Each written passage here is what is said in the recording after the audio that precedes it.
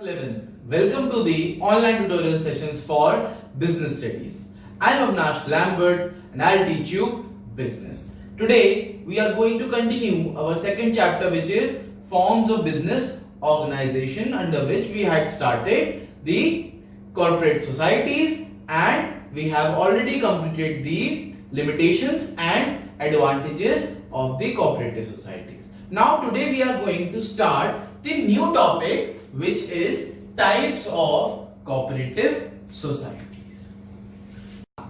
Generally, there are 6 types of cooperative societies. Now let's start with the first one, which is consumers cooperative society.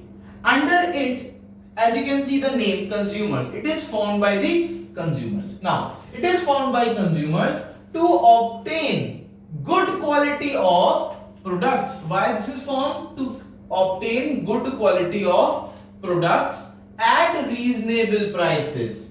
Fine. They need good quality of products at reasonable prices. Also, those prices should be economical, should be lesser. They should not be cheated while purchasing. And how they do that? By purchasing. These societies, these cooperative societies do that by purchasing in bulk.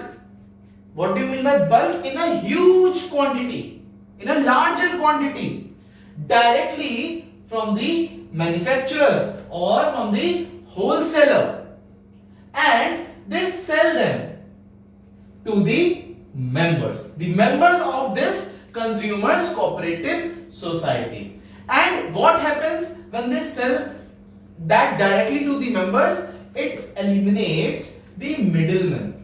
Middlemen are those persons who arrange the marketing deals, and for that they charge some amount. So they cut off that amount so that they can earn more profit. Now whatever profit is there, the profit is shared on the basis of their capital contribution.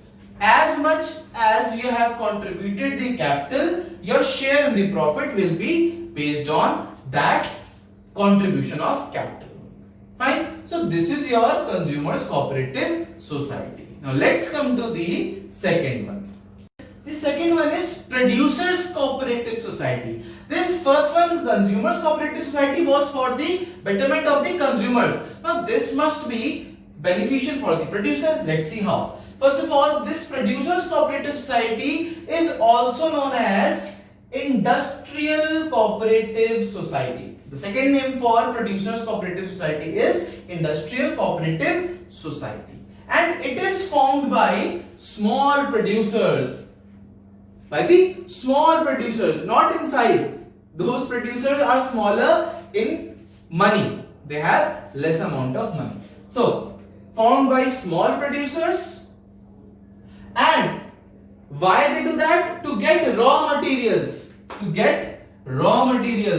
Tools, equipments and other items for production. They need all those things which are required for the production of the good. So for production they need that, and to compete, to fight against the larger scale producers. They also want to give a fight to the large scale producers. That's why they need these cooperative societies to provide them the required raw materials, the required tools, the equipments and the other items which are used for production, just to compete against the large scale producers. And also they need the marketing facilities.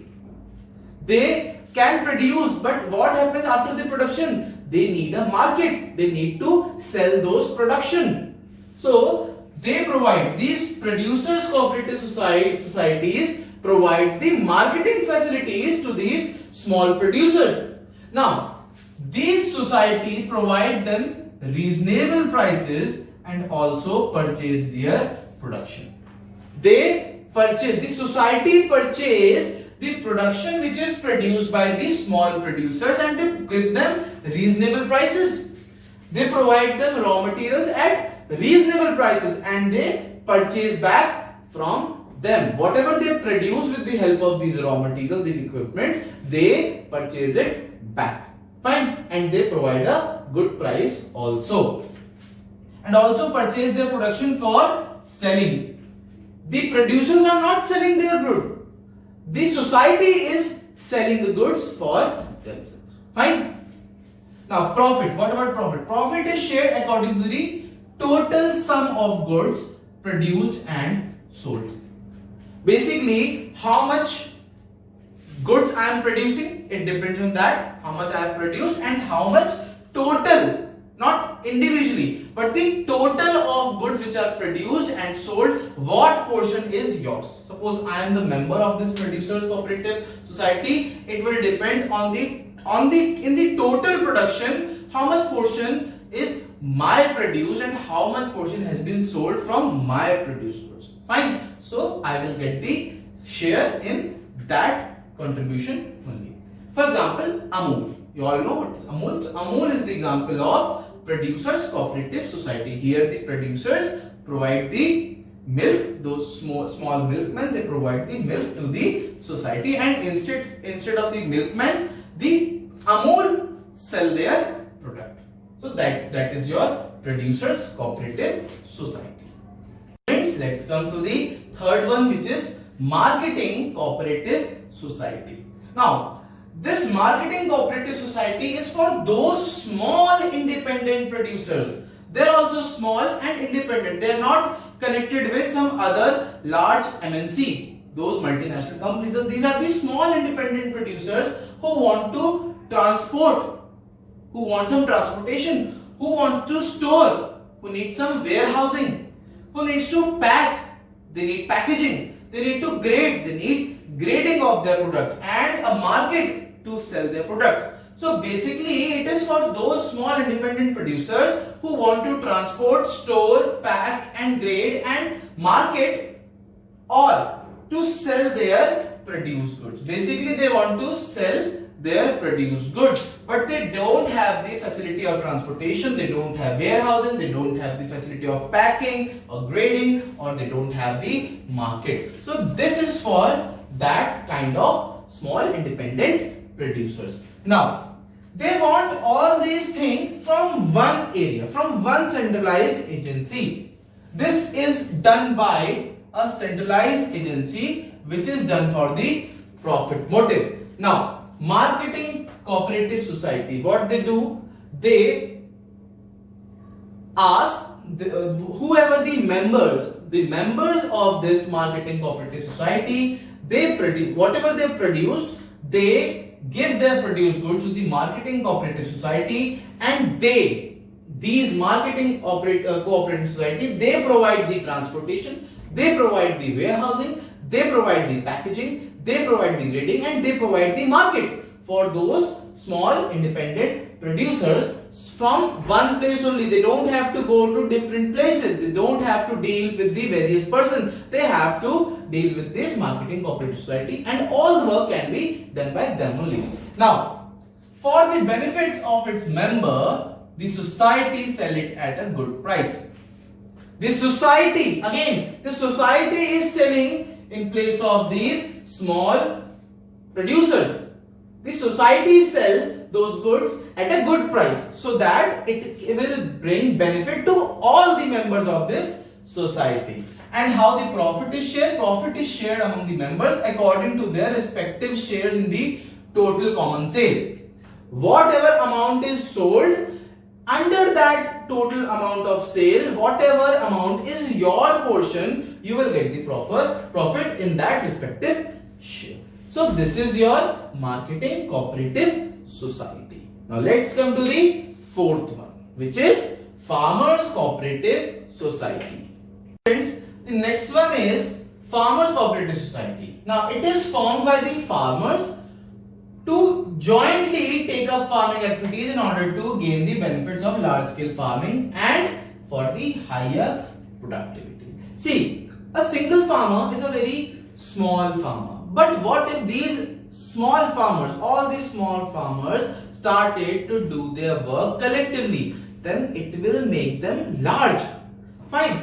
So it is formed by farmers to jointly, together, fine, jointly means together, take up farming activities. They do all the farming activities together. in order to gain benefits.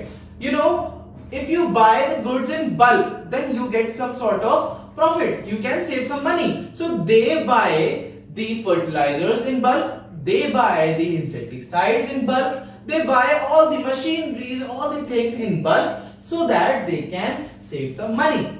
Now, and also they can compete against the large scale farming and for the higher productivity. If they are having good quality of seeds, they will definitely have a higher productivity. Now, these societies provide farmers better quality seeds.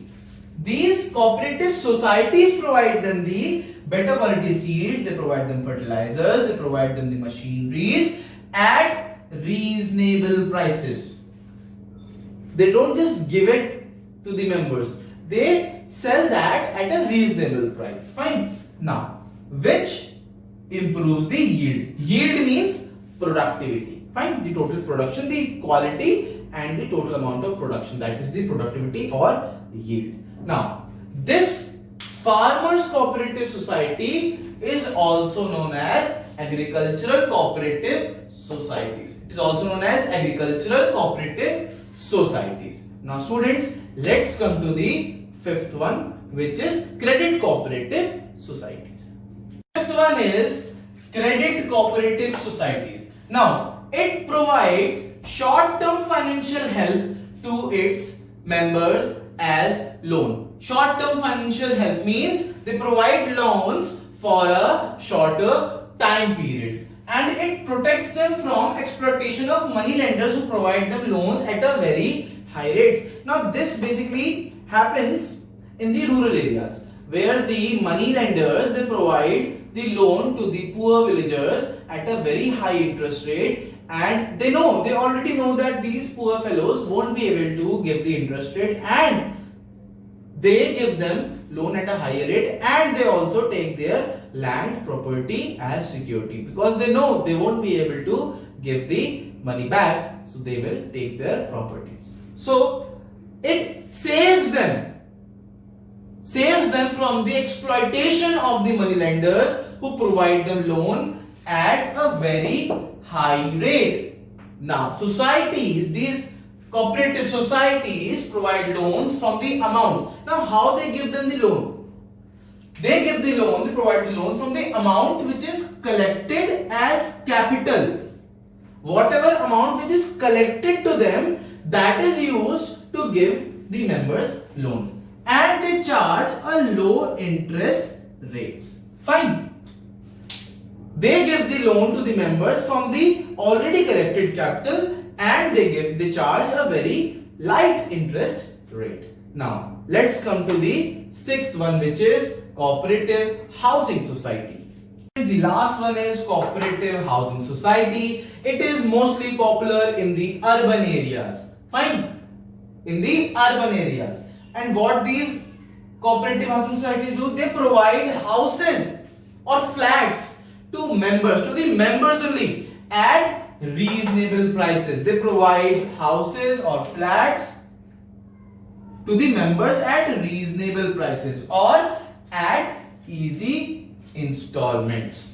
So these are your 6 types of cooperative societies. I hope you have understood it, and I want you all to take a very neat and clean screenshot so that you can complete your notes. Take a very clean screenshot. Fine. And I want you all to complete your notes very soon, and stay home, stay safe, and see you soon.